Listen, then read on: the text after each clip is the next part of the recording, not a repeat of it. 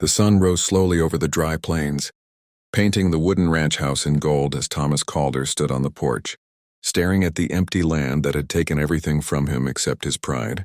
Thomas was not a cruel man, but life had carved him into something quiet and guarded. The death of his wife, years earlier, had left his ranch running, and his heart closed. The notice he had pinned in town was simple. Maid wanted. Honest work. Fair pay. Because that was all he thought he needed. Someone to cook, clean, and help keep the house from echoing with loneliness.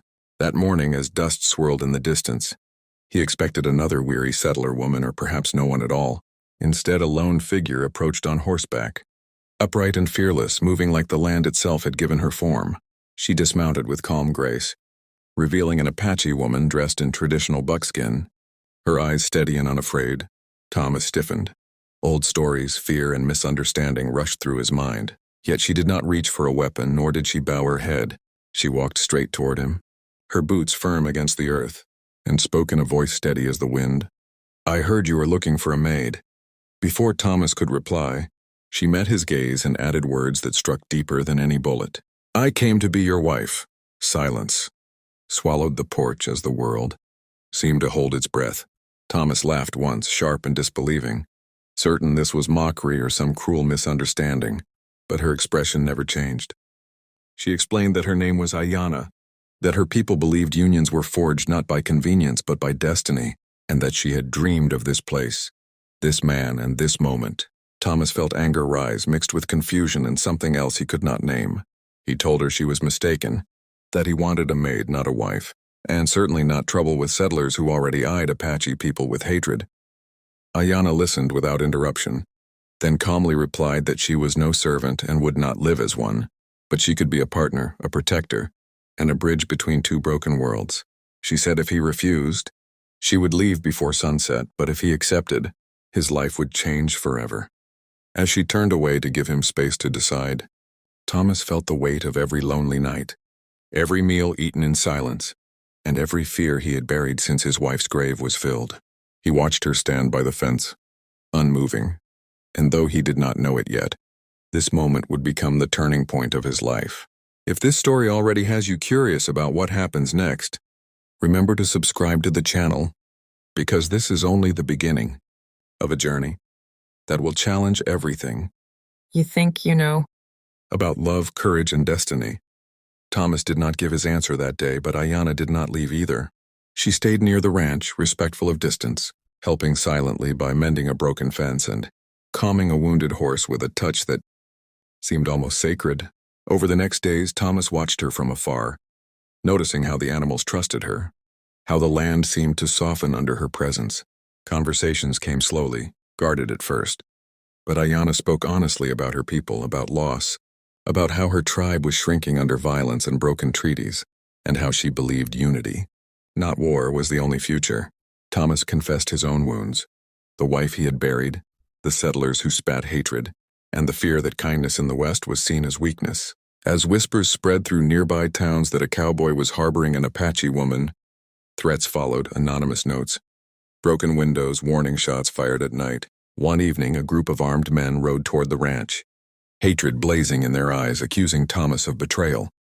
Before Thomas could react, Ayana stepped forward, standing between him and the guns, speaking words not of surrender but of truth, reminding them that fear had already cost too many lives. Tension snapped like a rope pulled too tight, and a gunshot rang out, grazing Thomas's shoulder. Chaos erupted, but Ayana did not run. She fought with fierce intelligence, using the land, the shadows, and her knowledge to protect the ranch. When the attackers fled, shaken and wounded, Thomas realized something had shifted inside him forever. That night, as he sat bleeding and exhausted, Ayana tended to him, her hands steady, her eyes full of concern, not obligation.